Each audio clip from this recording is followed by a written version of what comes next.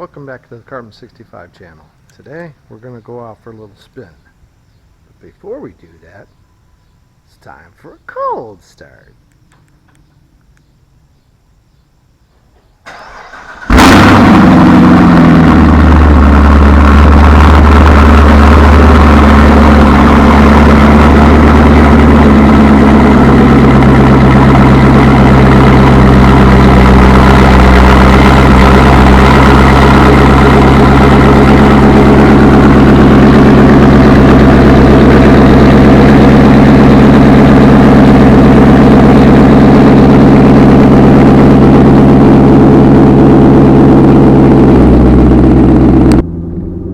Welcome back to the Carbon65 channel, fellow YouTubers, and hoping you're having a great Friday.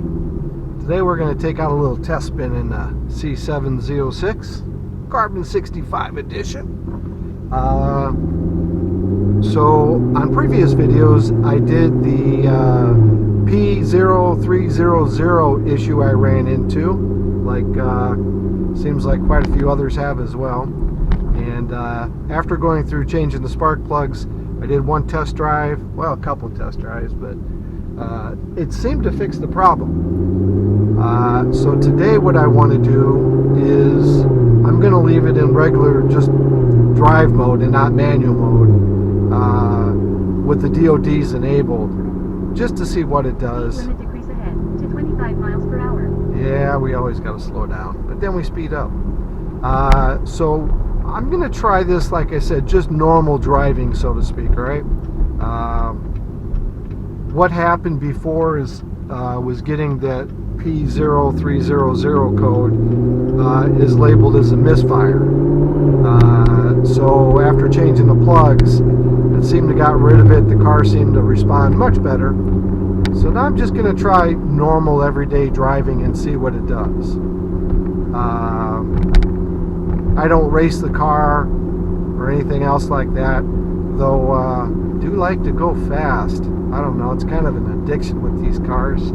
If you have one, you understand. And especially as you start to mod them a little bit, which I haven't gone crazy on this one, but I definitely have a few mods that definitely make a good difference. The biggest one being the exhaust, as everyone knows, that's the first thing you usually go for. So like I said, on this one, I've got the, while they were still available, the AWE X-Pipe. So I bought that when I got the car, and then shortly thereafter, I got the Axleback touring system with the black diamond tips. Yeah, she makes a little rumble now, so it's nice. But in my opinion, from Corsa and Borla, I had a Borla X-Pipe on my old C7 Stingray with the Z51 package, 3LT. That made a nice little difference. It's just in the tone per se, not overly outrageous, but like on the Corsa, you can get some of those with the back end, like the straight throughs almost, and yeah, she gets a little bit more obnoxious than others. So let's see, I'm going to turn right here and go another way. But anyways, so the AWE, in my opinion, is one of the better exhausts that you can get. The sound is good.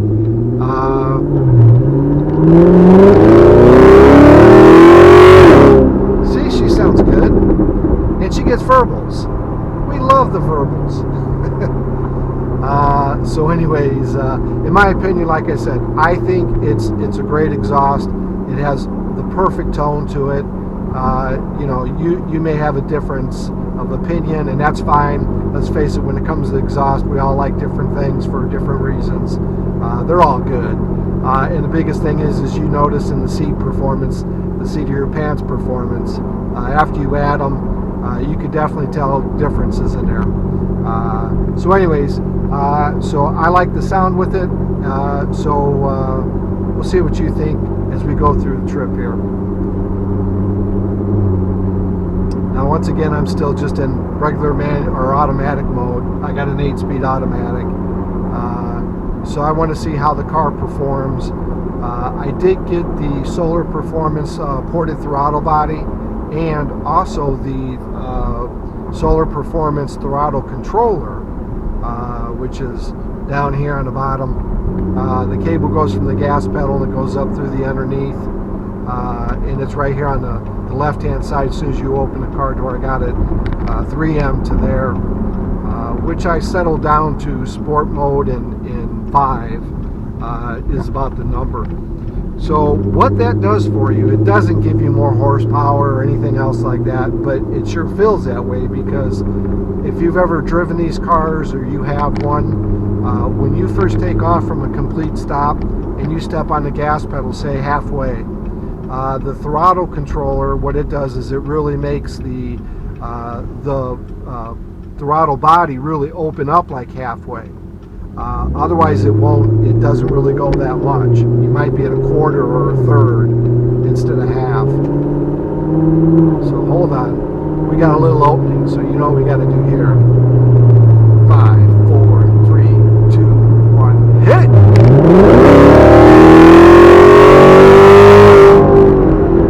There you go. And now it just went into performance mode, I seen on the dash. So that's what the automatics do. Watch it, will probably downshift, like you have rev matching. When it goes into performance mode, when you're in sport mode, it says, hey, I see you want to drive this a little sporty. Let me help you. And so it does. And there's some of the verbals there. So anyway, sorry about that. I got a little off track. You get a little excited on a Friday when you get to step on it a little bit. The ported throttle body will react more when you actually step on the gas. It actually does what it says, it's, you know, what you did. And the other part it does is when you're at low speeds, low idles, and you're just barely taking off, you're not getting on it, you're just regular driving, right? What it'll do is it's much smoother. It's not as herky-jerky, so to speak, right? It's much smoother. It makes the car feel like a different car, almost like it's tuned, which I haven't done that yet on here. I actually have 1 or 2 more things I want to do before I go to the tune, so I'm still on the the stock tune on this one. But that's what the ported throttle body and the controller will do for you. In my opinion, besides the exhaust, it's a must-do, absolute must-do. It makes your car react so differently in a favorable way that everyone will enjoy, I can guarantee it. When I bought my throttle controller, back then they've changed the models now with the anti-theft, so they got some cooler toys that come with it. But when I got mine, I think it was about 99 bucks for my C7. That was probably 3 or 4 years ago. Don't know where they're at now. I haven't looked them up. But and then I can't remember on the ported throttle body. Did the trade-in with my stock one, and I want to say it was $350 or $400, something like that, with after the core trade-in. So once again, that with the cold air intake, they all go hand in hand. These are almost must-dos, and they're not overly expensive. I mean, you can get that all done for what, 500, $500-600 bucks, especially if you do the work yourself, which I try to do all the time on mine. When I can. I very seldom take my car ever to anybody. Part of it is the trust. If you got a car like this, you don't want just anyone throwing wrenches at it.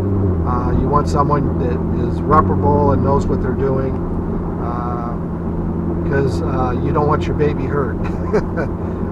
So anyways, so for me, I bought a set of quick jacks, got the pucks, got a bunch of tools, pretty much do all the work myself that I can.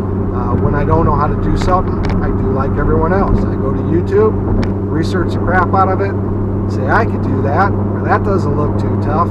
Well, sometimes you overbite what you can do, but it's all worked out. Spark plugs being the one that is really tough. Everyone says, well, it's not that hard. Well, no, in theory it's not hard. It's just a physical thing. Getting your hands in there, there's very little room. But anyways, got that done too. So overall, the car has been fantastic. I've had it for 5 years now. I bought it at the end of 2020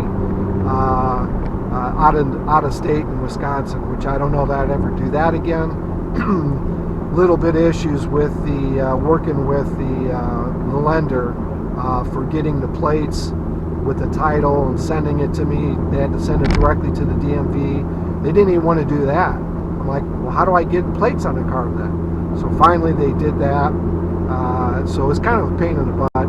But once again, with the Carbon65, there aren't that many that made. There aren't really a ton of these things on the road. Only 650 were made, 500 in the US. And like I said on earlier videos, this one came out of Ontario, Canada, where there was only 49 total. And some of those were Grand Sport, so this was even lower yet with everything on it. So I like to take care of this car. It just got fully detailed. I did everything, ceramic coated it at the end, so she's all set. So she shines, looks good. That's important when you're going fast or going slow. You gotta look good. And so far now I can still see that I used to get that P0300 code within the first few minutes, 5 minutes tops, taking the car out. So just putting around, doing about 50 now and a 50, so I'm good at 45.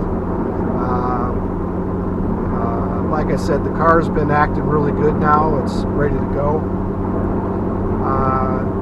So a couple things. I've had a few people ask me if doing a video on like top real life experiences of what I like and don't like. So I can tell you a couple things off the top of my head. One thing are the door hinges. They squeak, they squeal, they're embarrassing if someone's standing around and you hear that sound. I got some, don't use WD-40 by the way, that's bad.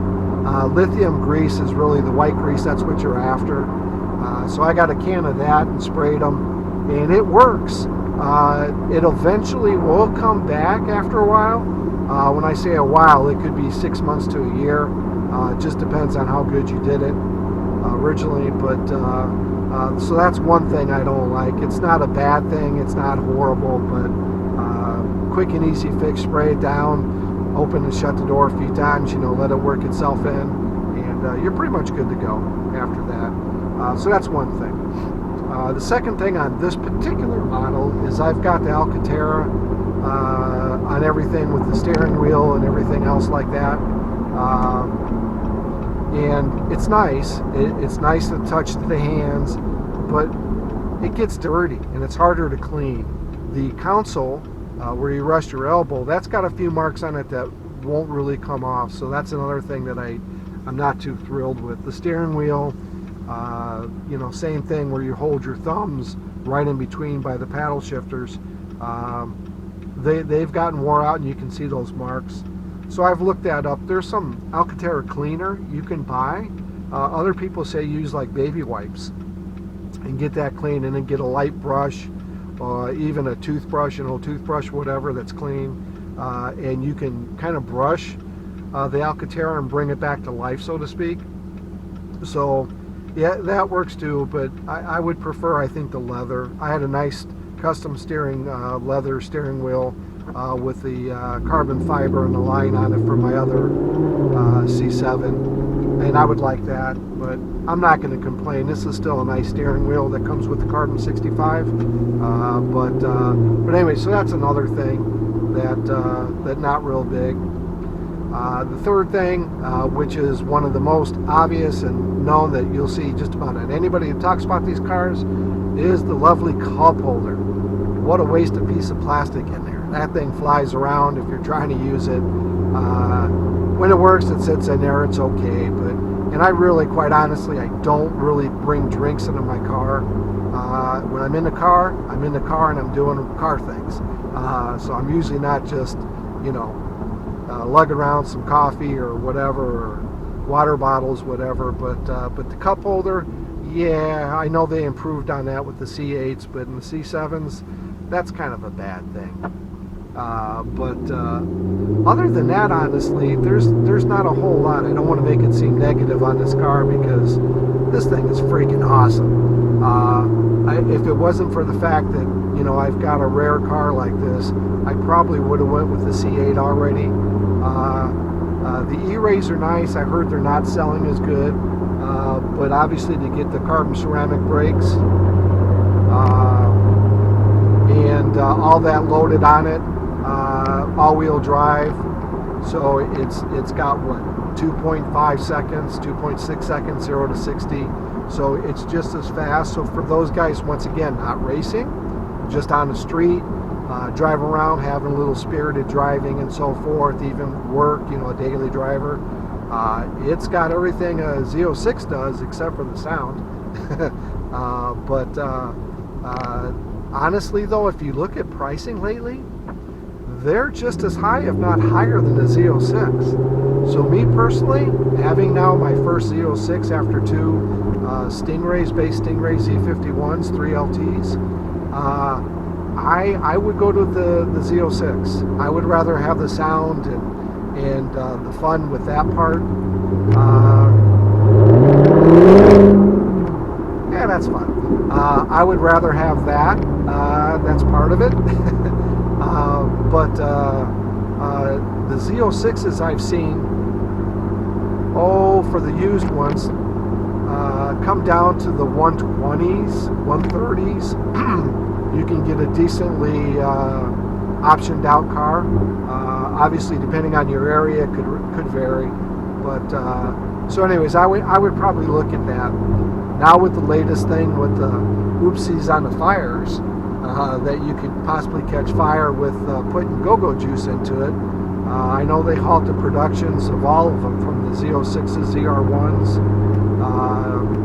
So I don't know. We'll see how long that takes to get that fixed. But obviously there's some things you can do to avoid that. Seen some other videos out there. If you geek ass, you know, maybe it's the first thing you do when the car's cold before you get it heated up. Another thing is don't top off the car. Once it clicks, you're done. I like to get as much in there so I don't have to come back as soon, but let's face it, it's not worth it. If it clicks, you're good. You know, I always like to round off to the dollars to try to 00 or 50 cents or whatever, but you know, you come up at $47.32, leave it. It's good. So that's another thing. But so we'll see what that does to pricing, availability with those. I don't know if that'll change the market much, if at all, but who knows. We'll have to see how that goes. But I'll have to wait and see. Like I said, I just don't want to get rid of this car yet. I'm able to work on it, do everything. I don't know the value. I've looked at it. There's not many of them out there, so I've seen some around 80, 85,000. I've seen them over 100,000. This one's fully loaded out with the PPF all over it, except for the back end. So, and with the mods, I've got some extra carbon fiber bits here and there and stuff. The interior, it's all in the beauty is in the eye of the beholder, as they say. So I don't know. Realistically, if I could get 80 to 90,000 for this, that's probably pretty good. Right now, I've got 34,000, almost 600 miles, not quite, 34,500 on this. So, and I got it with, I think, 22. So I don't drive this a ton in 5 years, so you can see that's, you know, 12,000 miles, whatever, in 5 years. So I'm in Northwest Chicago, in the burbs, and, you know, you're lucky to get 6 good months of riding weather, maybe 7 on a good year, 8 if you don't mind some of the coldness. It does have heated seats and all that good stuff, so that'll help. But I'm more of, I got a third car for bad weather, so if it's not decent, it's not worth it to me to take the car out. It can sit in the garage and stay protected. So I don't need to do that necessarily, you know. So I don't know. I've debated it.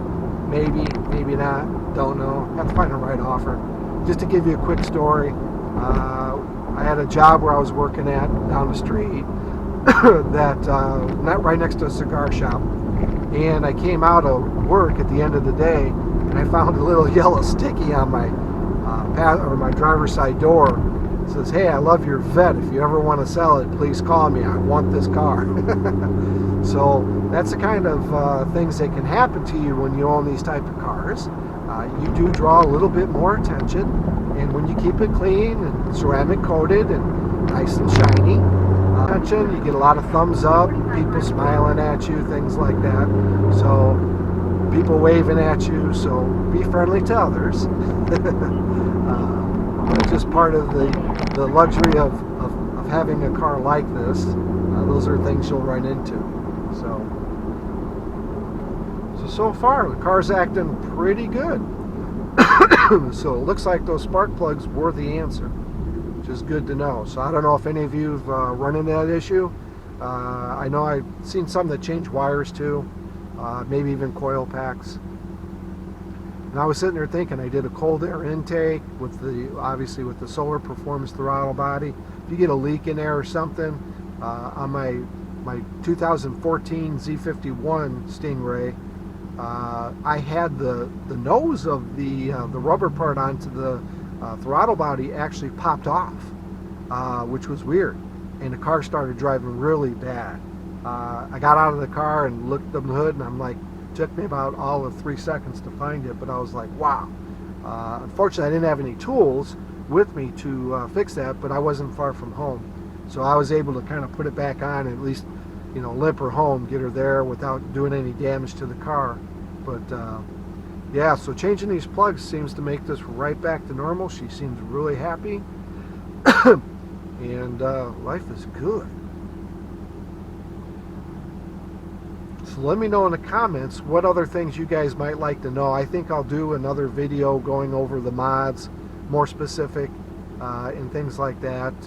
Interior, exterior, plus the performance stuff.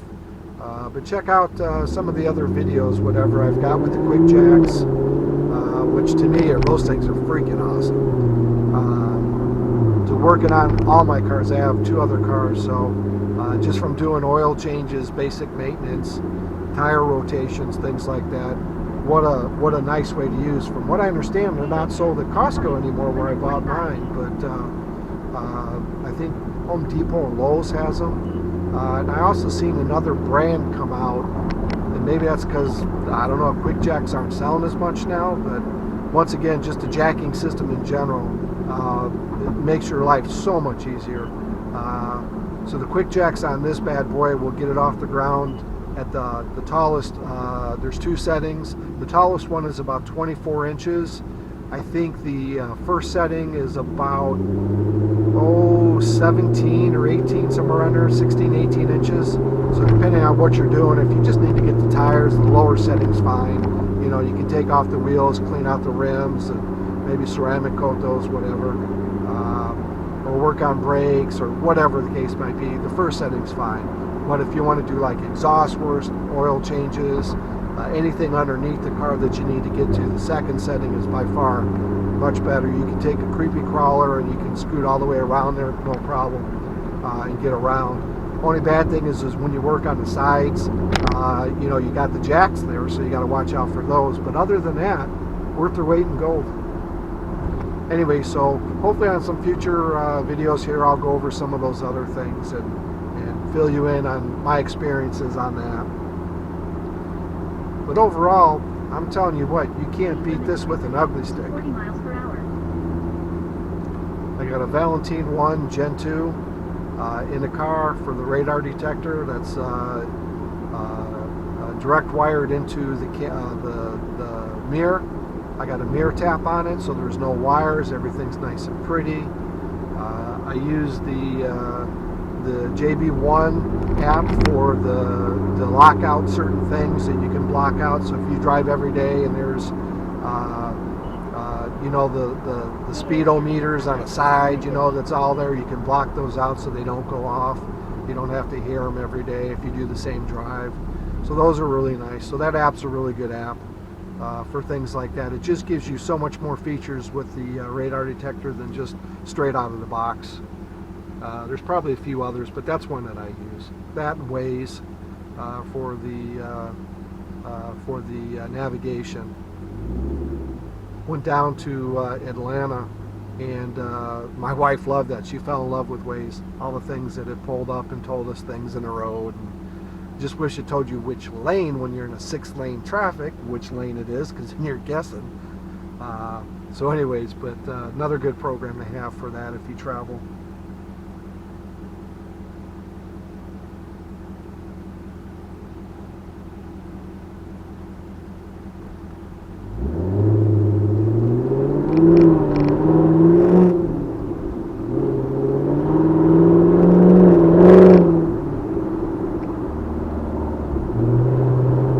Try to get some of that exhaust sound. I'm telling you, it's not that bad. People ask, you know, like inside the car, the AWE has a 180 technology in it for to keep the drone out, and it does a pretty good job. Like I said, on my other Vet, I had the Borla X pipe, and you got a little bit of drone with the stock pipes on there, but it still wasn't that bad. But you can perfectly have a conversation in the car. You can do everything. Now, if you're, you know, getting on it and you got the pedal to the metal or close, yeah, you're just going to hear pure muscle. You're not going to hear much volume of voices inside the car, but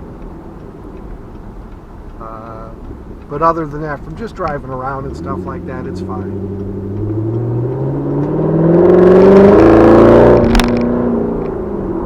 See if I get, there we go, a little bit of verbals. That's the best thing. Now, that's the difference in the E-Ray. You can get the exhaust on those too. I've seen those, so you can at least get better sound to them. But it definitely makes the driving experience much more enjoyable, in my humble opinion. I think most everyone else would agree on that. See, like I said, with the AWE, the valves to close them off, they don't come with that. So it does save you a little bit of money for the thing, but for the exhaust. But as you can hear, I mean, on this whole trip, just normal driving, it's not that bad. The cold starts are good. You heard that at the beginning of the video. So my neighbors are in love with that. But I'm generally pretty good. I'm not out that early where I drive them nuts, but overall, it's not that obnoxious or anything, right? But definitely when you step on the pedal, you hear a little better. And other people get this saying, hey, what's that coming down the road?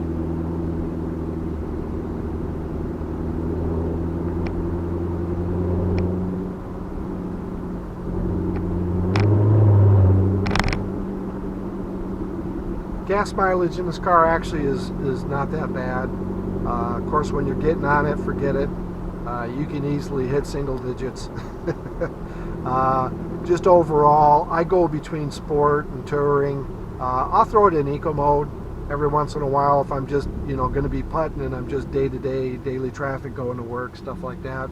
I'll get it where it's in the low 20s overall between, you know, driving in the stop and go.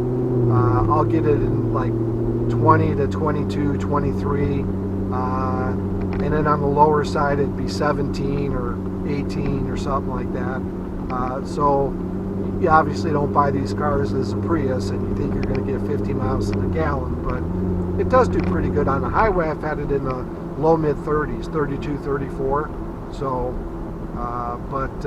like I said, depending on how you want to drive the car, that will definitely vary your mileage. So, all right, everybody. Well, I'm going to cut off here. I'm almost home now. So I hope you enjoyed this, and tune in next time, and we'll see you.